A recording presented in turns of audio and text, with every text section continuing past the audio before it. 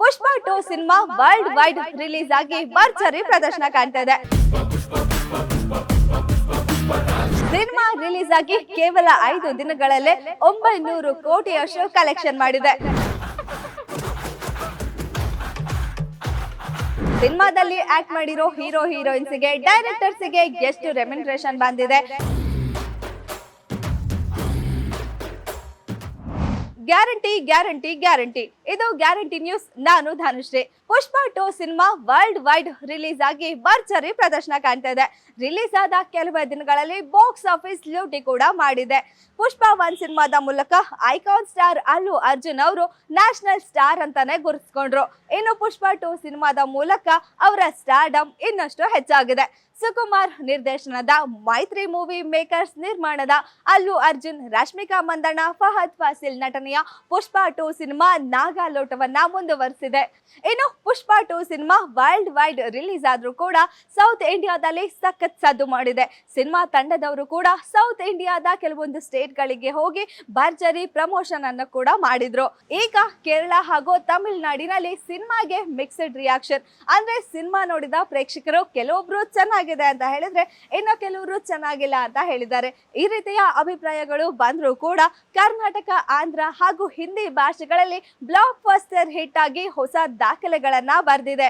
ಈ ಮೊದಲು ರಿಲೀಸ್ ಆಗಿರೋ ಸೌತ್ ಇಂಡಿಯಾದ ಕೆಲವು ಪ್ಯಾನ್ ಇಂಡಿಯಾಗಳ ಮೊದಲ ದಿನದ ಕಲೆಕ್ಷನ್ ರೆಕಾರ್ಡ್ ಅನ್ನ ಕೂಡ ಪುಷ್ಪ 2 ಸಿನಿಮಾ ಬ್ರೇಕ್ ಮಾಡಿದೆ. ಹಾಗಿದ್ರೆ ಈ ಸಿನಿಮಾ ಇದುವರೆಗೂ ಎಷ್ಟು ಕಲೆಕ್ಷನ್ ಮಾಡಿದೆ ಅನ್ನೋ ಕ್ಯೂರಿಯಾಸಿಟಿ ಹೊತ್ತು ಜನರಲ್ಲಿ ಇದ್ದೇ ಇದೆ.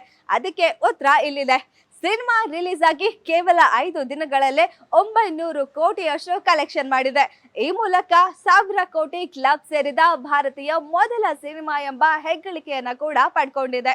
ಇನ್ನು ಜನರಿಗೆ ಸಿನಿಮಾ ಎಷ್ಟು ಕಲೆಕ್ಷನ್ ಮಾಡಿದೆ ಅನ್ನೋ ಕ್ಯೂರಿಯಾಸಿಟಿ ಜೊತೆಗೆ ಸಿನಿಮಾದಲ್ಲಿ ಆಕ್ಟ್ ಮಾಡಿರೋ ಹೀರೋ ಹೀರೋಯಿನ್ಸ್ಗೆ ಡೈರೆಕ್ಟರ್ಸ್ಗೆ ಎಷ್ಟು ರೆಮ್ಯುನರೇಷನ್ ಬಂದಿದೆ, ಪ್ರೊಡ್ಯೂಸರ್ಗೆ ಎಷ್ಟು ಲಾಭ ಸಿಕ್ಕಿದೆ ಅನ್ನೋ ಕ್ಯೂರಿಯಾಸಿಟಿ ಕೂಡ ಹೆಚ್ಚಾಗೇ ಇರುತ್ತೆ.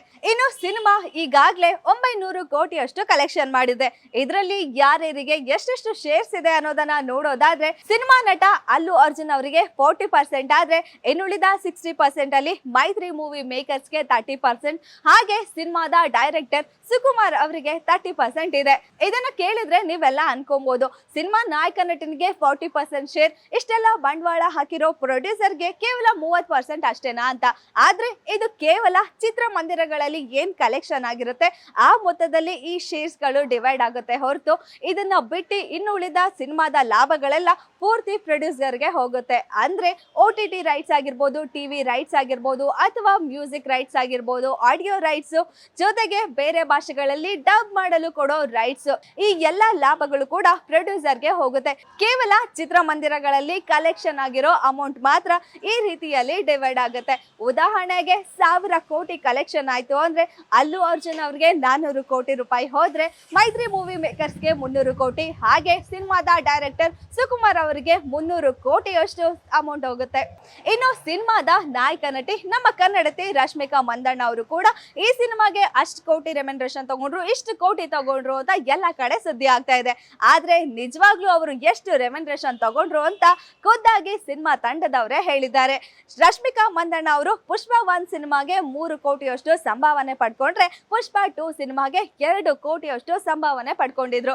ಆದ್ರೆ ಸಿನಿಮಾ ಈ ರೀತಿಯಲ್ಲಿ ಯಶಸ್ಸು ಕಾಣ್ತಿರೋದ್ರಿಂದ ರಶ್ಮಿಕಾ ಮಂದಣ್ಣ ಅವರ ಪರ್ಫಾರ್ಮೆನ್ಸ್ ಹಾಗೆ ಅವರ ಬಾಲಿವುಡ್ ಫೇಮ್ ಇದನ್ನೆಲ್ಲ ನೋಡಿ ಚಿತ್ರತಂಡದವರು ಖುಷಿಯಾಗಿ ಇನ್ನು 4 ಕೋಟಿ ಹೆಚ್ಚುವರಿ ಸಂಭಾವನೆಯನ್ನ ಕೊಟ್ಟಿದ್ದಾರೆ. ಇನ್ನು ಈ ಸಿನಿಮಾದಲ್ಲಿ ಒಂದು ಹಾಡಿಗೆ ಹೆಜ್ಜೆ ಹಾಕಿದ ನಮ್ಮ ಕನ್ನಡತಿ ಶ್ರೀಲೀಲಾ ಅವರು ಕೂಡ ಒಂದು ಹಾಡಿಗೆ 2 ಕೋಟಿಯಷ್ಟು ಸಂಭಾವನೆಯನ್ನ ಪಡ್ಕೊಂಡಿದ್ದಾರೆ. ಇದಾಗಿತ್ತು ಈ ಹೊತ್ತಿನ ಸ್ಪೆಷಲ್ ಸ್ಟೋರಿ. ಇನ್ನಷ್ಟು ಸುದ್ದಿಗಾಗಿ ನೋಡ್ತಾ ಇರಿ ಗ್ಯಾರಂಟಿ ನ್ಯೂಸ್. ಸುದ್ದಿ ಖಚಿತ, ನ್ಯಾಯ ನಿಶ್ಚಿತ.